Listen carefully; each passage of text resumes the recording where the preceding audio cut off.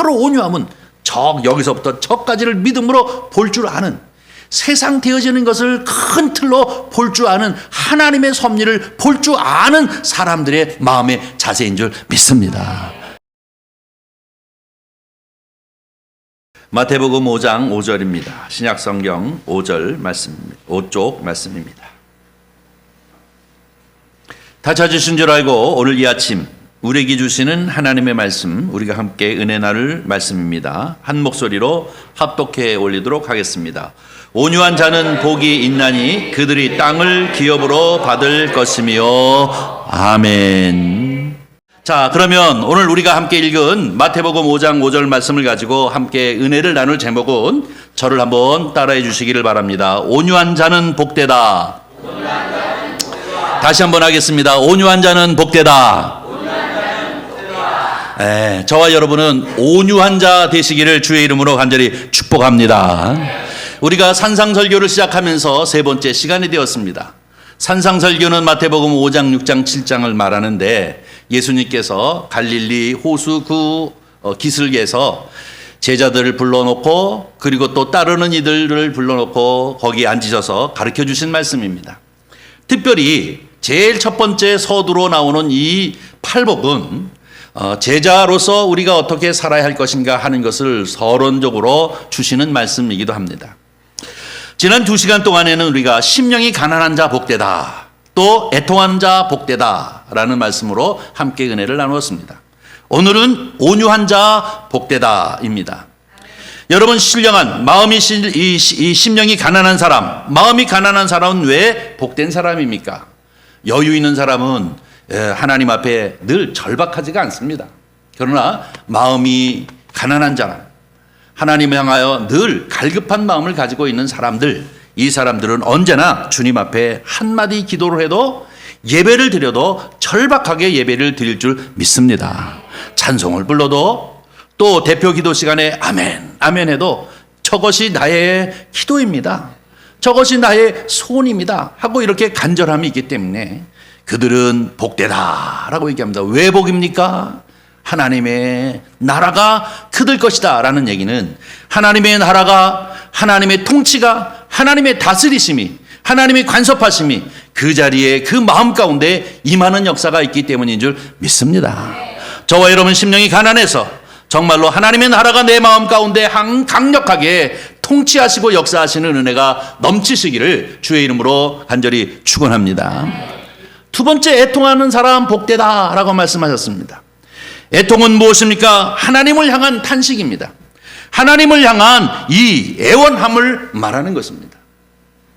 이 세상에 많은 여러 가지 이제 사람들이 어려움을 겪을 때마다 이리저리 헤매일 때가 많습니다. 아는 사람, 친척, 또 힘 좀 세는 사람, 이런 사람들에 대해 무언가를 부탁하려고 전전긍긍하고 쫓아다니지만 아무 해결할 방법이 없습니다. 여러분, 하나님을 믿는 하나님의 사람, 그 제자들은 주께서 뭐라고 얘기합니까? 애통하는 자 복되다, 하나님이 그를 위로할 것이다 라고 말씀을 주십니다. 이 얘기는 무슨 이야기입니까? 무슨 일을 만나든지, 어떤 경우에든지 하나님 앞에 탄원하는 심령, 하나님 앞에 나와 무릎 꿇고 주님 앞에 애원하고 주님 앞에 부르짖는 그 심령, 또 억울함이 있어서 탄식하는 그 심령, 하나님 앞에 나와 부르짖는 그 심령에게는 하나님이 위로해 주신다라고 말씀을 주십니다.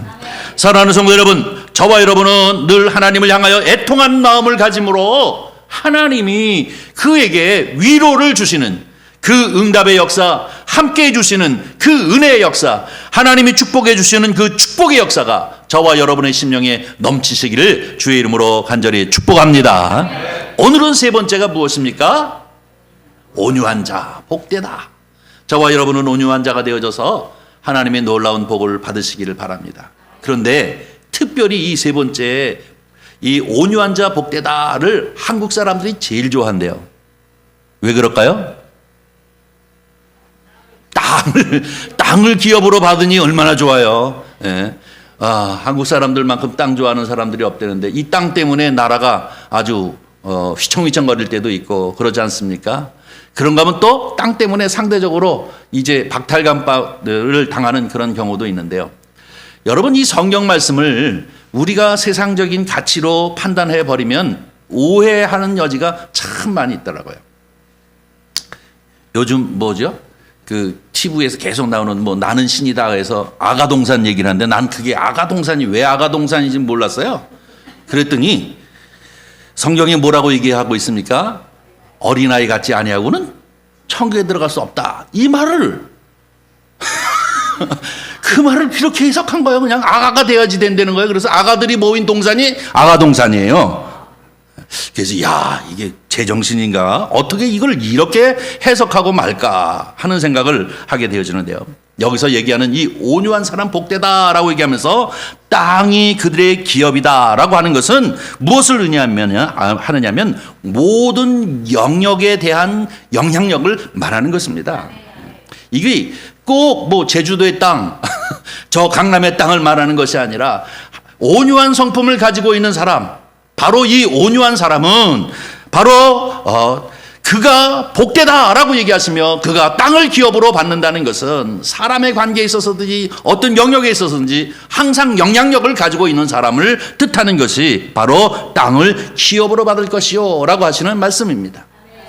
저와 여러분은 예수 그리스도를 믿는 믿음의 사람으로서 언제나 믿음 안에서 선한 영향력을 미칠 수 있는 그러한 복이 저와 여러분 가운데 넘치기를 주님의 이름으로 간절히 축원합니다.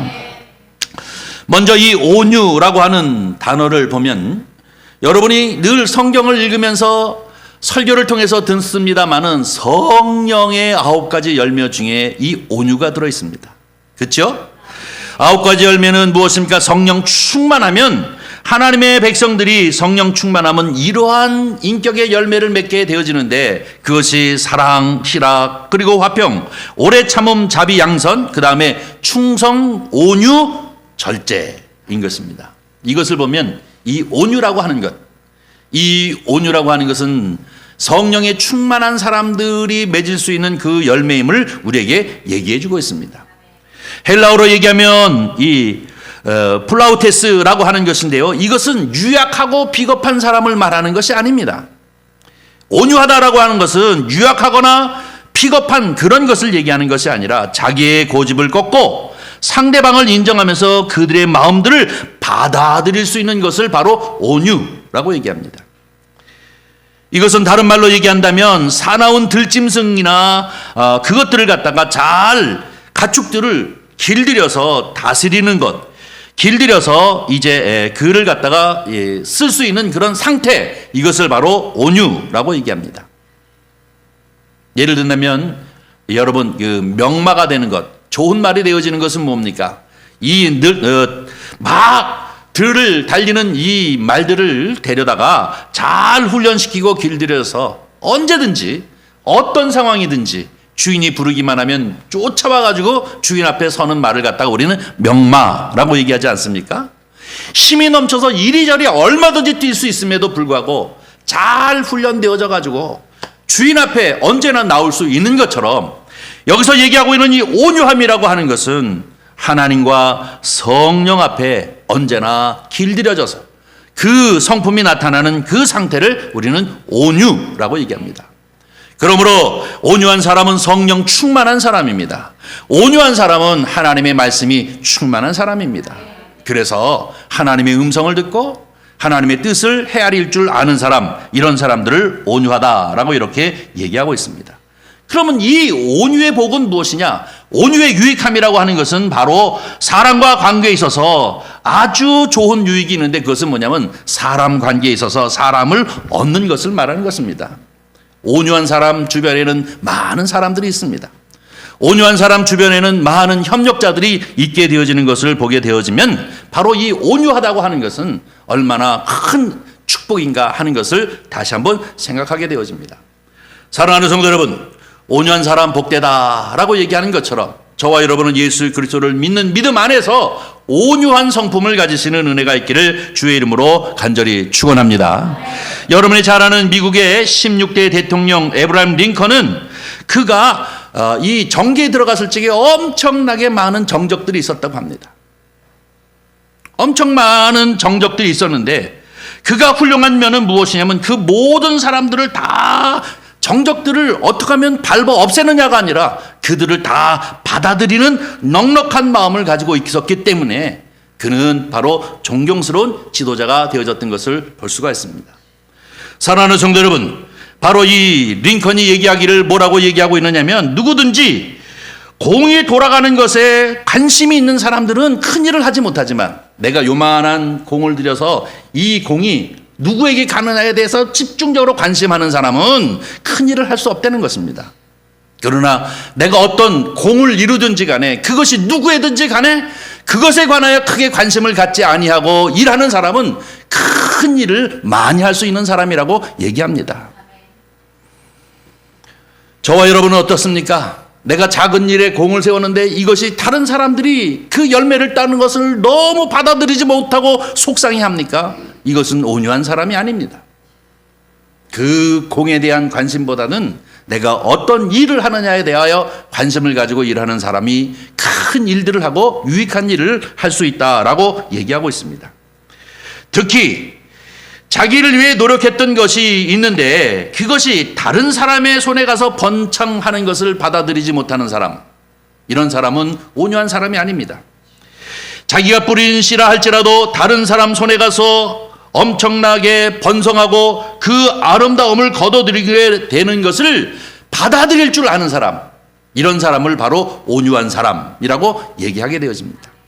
사랑하는 성도 여러분, 우리는 바로 주께서 우리를 향하여 주시는 말씀처럼 저와 여러분은 온유한 그러한 성품을 가진 성도님들 되시기를 주님의 이름으로 간절히 축원합니다. 이것이 바로 제자의 도입니다.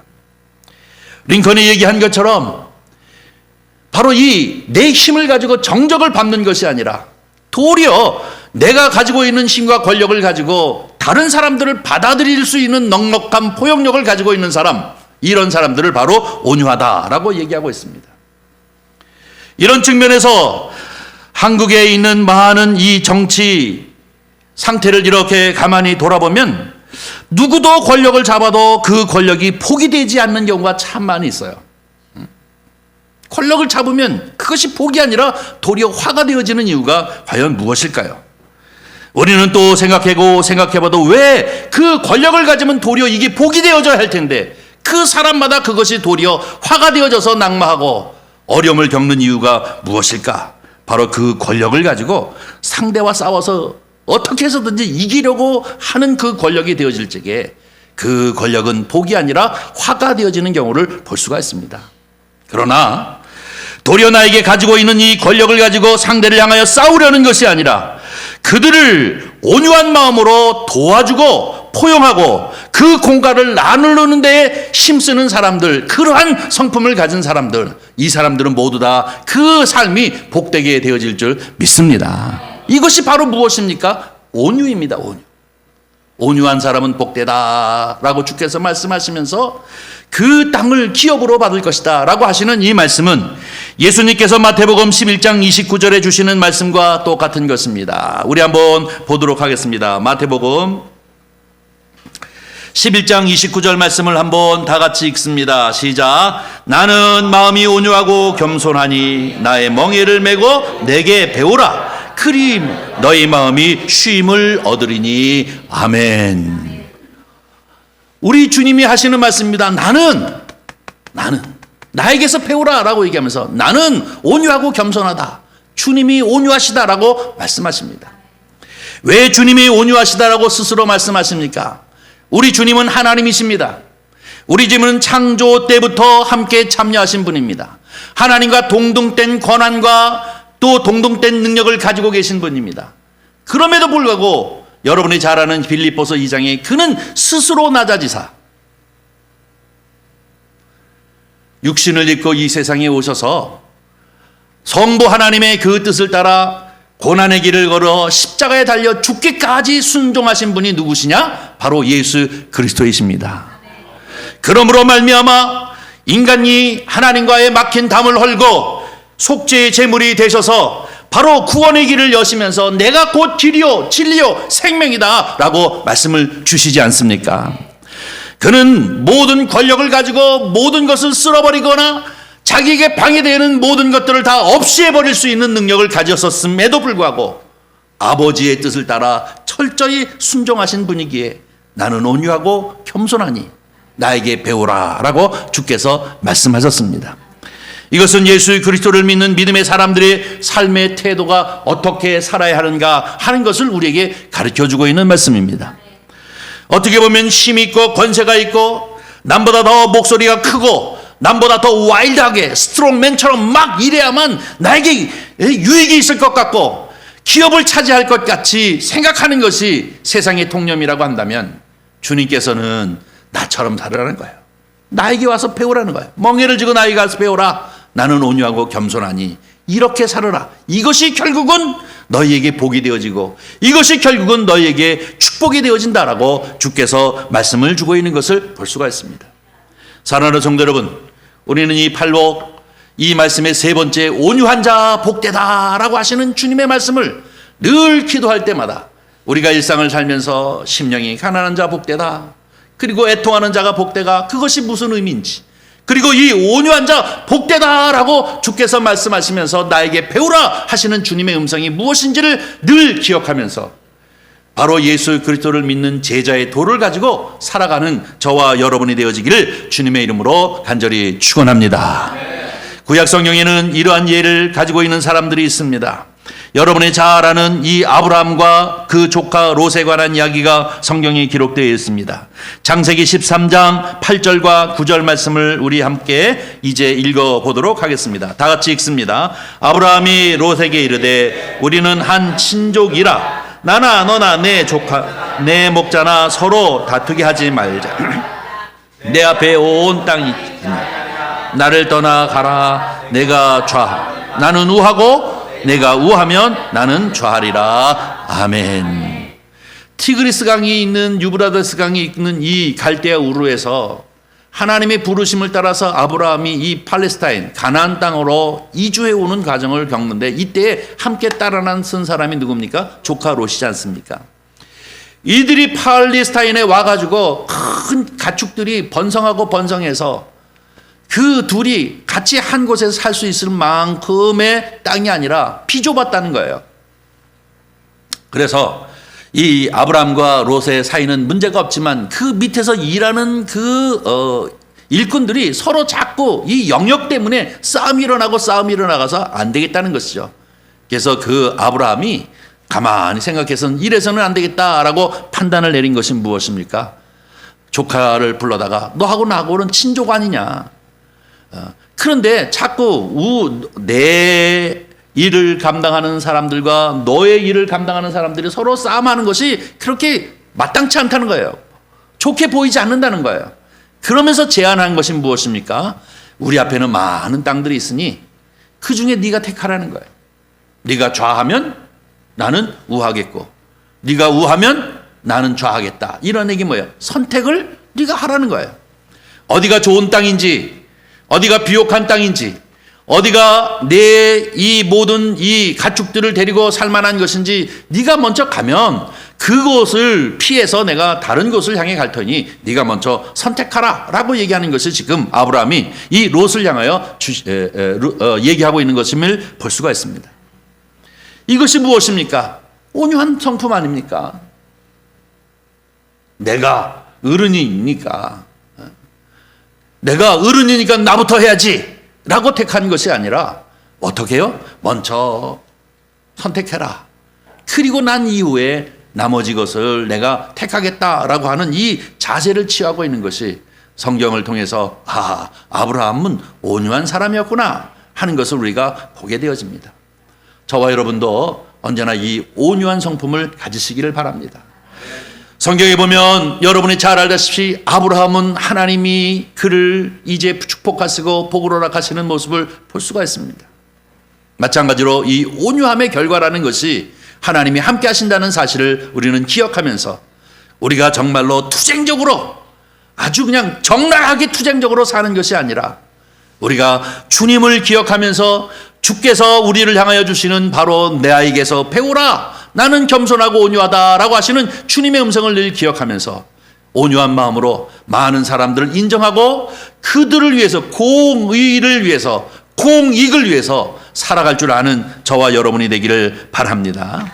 한 군데 더 보겠습니다. 창세기 45장입니다. 45장 5절서부터 8절 말씀을 한번 보겠습니다. 다 같이 함께 읽습니다. 당신들이 나를 이곳에 팔았다고 해서 근심하지 마소서, 탄자지 마소서. 하나님의 생명을 구하시려고 나를 당신보다 먼저 보낸아이다. 이 땅에 2년 동안 흉년이 들었으나 아직 5년은 못하고 추수도 못할지라. 하나님이 큰 구원으로 당신들의 생명을 보존하고 당신들의 후손을 세상에 두시려고 나를 당신들보다 먼저 보내셨나이다. 그런즉 나를 이리로 보낸 이는 당신이 아니요 하나님이시라. 아멘. 어디 말씀인지 알죠? 창세기 말씀입니다. 족장시대의 말씀입니다. 이 요셉의 이야기 아닙니까? 12아들 중에 바로 이 요셉. 이 요셉은 형들에게 아버지의 이 사랑 때문에 아버지 야곱이가 특별히 이 요셉을 자꾸 사랑하는 바람에 형제들에 의해서 시기 질투를 받다가 결국은 이집트, 애굽이라고 하는 것에 그 팔림을 당하고 말지 않습니까? 이 이집트의 팔림을 당해서 온갖 고초를 당합니다. 여러분이 잘 알다시피 감옥에도 갇히기도 하고 또 어디 집에서 억울하면 누명을 쓰기도 하고 보디발의 집에서 이러한 온갖 고초를 당하고 그렇지만 하나님이 그와 함께 하심으로 그를 마지막에 가서는 높이셔서 꿈을 해석해 주는 그 능력을 가져서 이집트의 바로 이 왕 밑에서 총리로서 살 수 있도록 높였습니다. 그것이 뭡니까?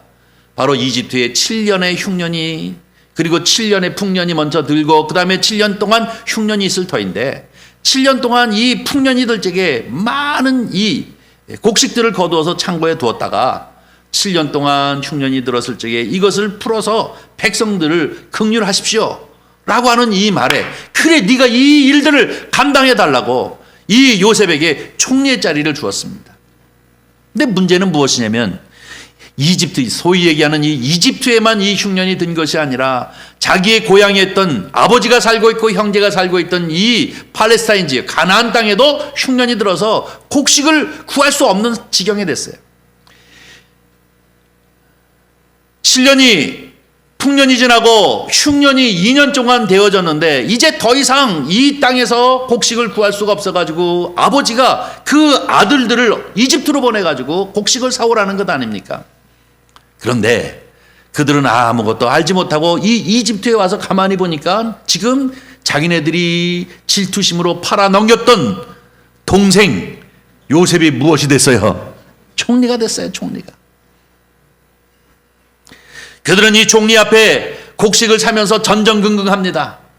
왜냐하면 저 동생이 우리의 이 악한 행위를 한 것을 기억하면 어떡할까?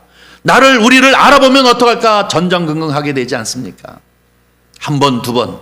그러나 이미 요셉은 그 형님들을 다 한눈에 알아봤습니다. 그리고 모르는 척하고 있었지만 그때마다 형님들은 늘 오늘 본문 말씀에 얘기하고 있는 것처럼 어떻게 할 줄을 몰라가지고 막 두려워하고 또 죽을까 하는 이런 마음을 갖게 되어졌기에 떨리고 있는 상태 아닙니까? 그때 이 요셉이가 자기 형들을 다 불러다 놓고 하는 말이 오늘 본문 말씀입니다.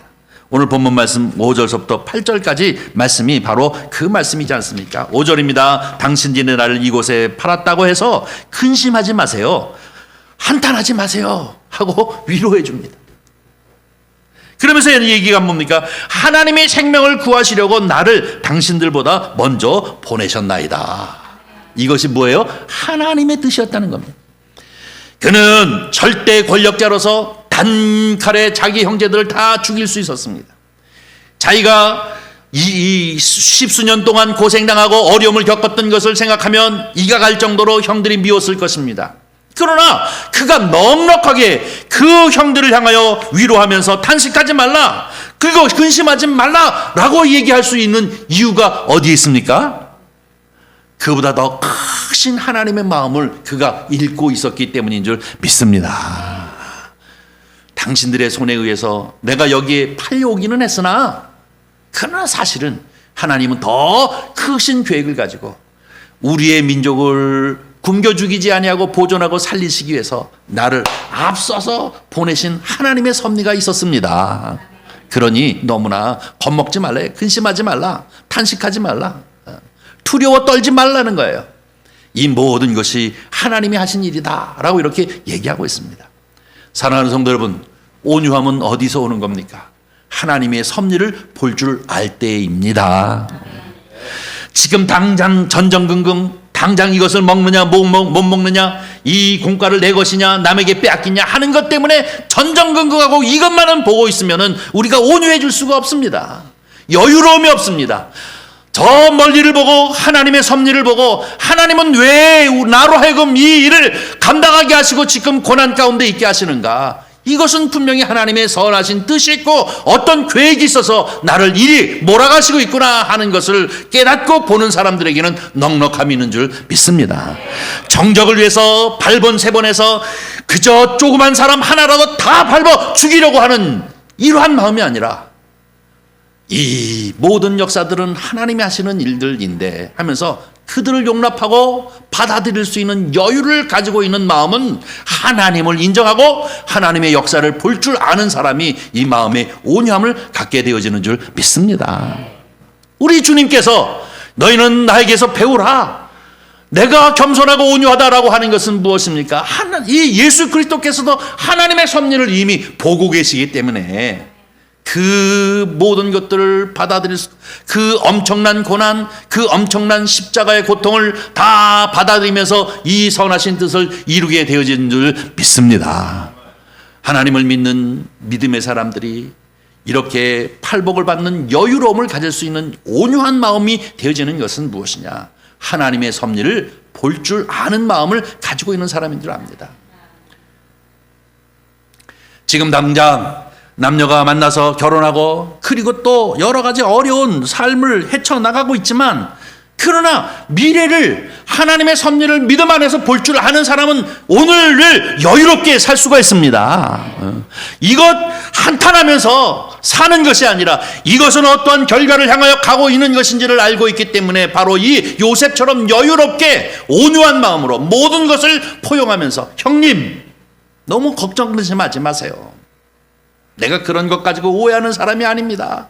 가만히 보면 하나님이 나를 앞서서 먼저 당신들의 행위가 좀 야박하기는 하지만 그러나 하나님이 나를 보내신 것이니 너무 그렇게 염려하지 말라는 것 아닙니까? 6절 보겠습니다. 올려보시고 6절, 이 땅에 2년 동안 흉년이 들었으나 아직도 5년을 더 있어야 된다는 거예요. 예, 추수도 못합니다 라고 이렇게 얘기하고 있습니다. 이건 뭐예요?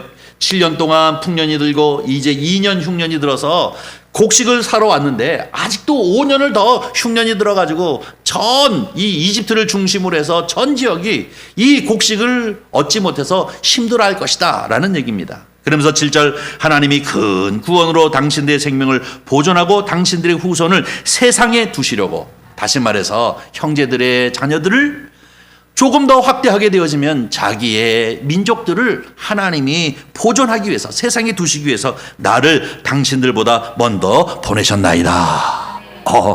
여러분 얼마나 여유로움입니까? 야, 저 사람 진짜 대단해. 형제들이 얼마나 그 동생을 존경했겠어요. 온유의 축복은 무엇입니까? 많은 사람에게 선한 영향력을 끼치고 많은 사람이 자기의 협력자가 되어지도록 많은 사람들이 주변에 있게 되어지는 것이 바로 여기 있는 것입니다. 8절 보겠습니다. 8절, 그런즉 나를 이리 보내신 이는 당신들이 아니요 하나님이십니다. 할렐루야. 이런 여유를 저와 여러분이 가지시기를 바랍니다. 한 군데만 더 보겠습니다. 베드로전서 2장 21절서부터 24절 읽습니다. 시작. 이를 위하여 너희가 부르심을 받았으니 그리스도도 너희를 위하여 고난을 받으사 너희에게 본을 끼쳐 그 자치를 따라오게 하셨느니라. 그는 죄를 범하지 아니하시고 그 입에 거짓도 없으시며 욕을 당하시되 맞대어 욕하지 아니하시고 고난을 받으시되 위협하지 아니하시고 오직 공의로 심판하시는 이에게 부탁하시며 친히 나무에 달려 그의 몸으로 우리의 죄를 담당하셨으니 이는 우리로 죄에 대하여 죽고 의에 대하여 살게 하려 하심이라. 아멘. 예수님의 온유함입니다. 그가 죄 없으십니다. 그럼에도 불구하고 고난당해도 대항하지 아니하시고 그들과 따져들지 아니하시고 묵묵히 하나님의 뜻이 어디 있음을 알고 그가 묵묵히 십자가의 길을 걸으셔서 저와 여러분을 구원하시는 길을 여셨을 뿐만 아니라 이 모든 것을 바로 심판주이신 하나님 앞에 다 맡기는 삶을 사는 것이 바로 예수님의 온유함인 줄 믿습니다. 여러분, 온유함은 힘이 없는 것이 아닙니다. 온유함은 비겁한 것이 아닙니다. 바로 온유함은 여기서부터 저까지를 믿음으로 볼 줄 아는, 세상 되어지는 것을 큰 틀로 볼 줄 아는, 하나님의 섭리를 볼 줄 아는 사람들의 마음의 자세인 줄 믿습니다. 그 사람이 바로 복되다. 그에게 바로 땅을 기업으로 주신다. 많은 사람들이 따르는 무리들이 또 함께 좋은 모든 영역에 의해 좋은 영향력을 미치는 힘을 가질 수 있는 축복을 주시는 것이 바로 우리 주님께서 이제 나를 배우라 라고 하시는 주님의 말씀인 줄 우리는 분명히 믿습니다. 사랑하는 성도 여러분, 바로 이 십자가 안에서 모든 것을 생각하고 또 십자가를 통하여서 우리가 어떻게 행동을 해야 하는 것인가, 하나님의 뜻을 어떻게 헤아리면서 우리가 어떠한 자세로 이 세상을 살아야 하는가 하는 것을 분명히 중요한 것입니다. 아무쪼록 우리는 이 팔복의 말씀 중에 심령이 가난한 사람 복되다 하시는 주님의 음성이 앞에 그 말씀을 기억하면 뒤에 따르는 것이 무엇인지를, 그리고 애통하는 것이 복되다 하시는 말씀을 우리가 기억하면 그 뒤에 따르는 것이 무엇인지를, 애통하는 사람 복되다 하고 얘기한다면 그 따르는 것이 무엇인지를, 의에 줄이는 사람 그 사람이 복되다라고 네 번째 얘기하고 있는데 이 모든 것이 하나님과 나와의 관계입니다.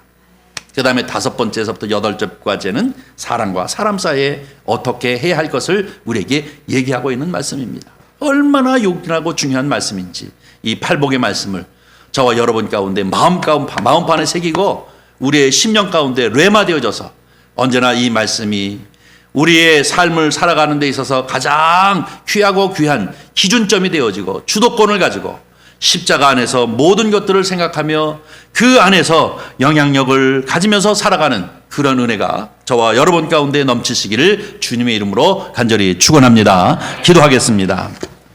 자비로우신 아버지 하나님, 주님의 은혜와 사랑을 감사합니다. 오늘 이 아침에도 이렇게 주의 이름으로 불러 모으시고 주께서 제자들을 향하여 주시는 말씀과 같이 우리를 향하여 주시는 이 말씀을 우리가 아멘으로 받으니 감사드립니다.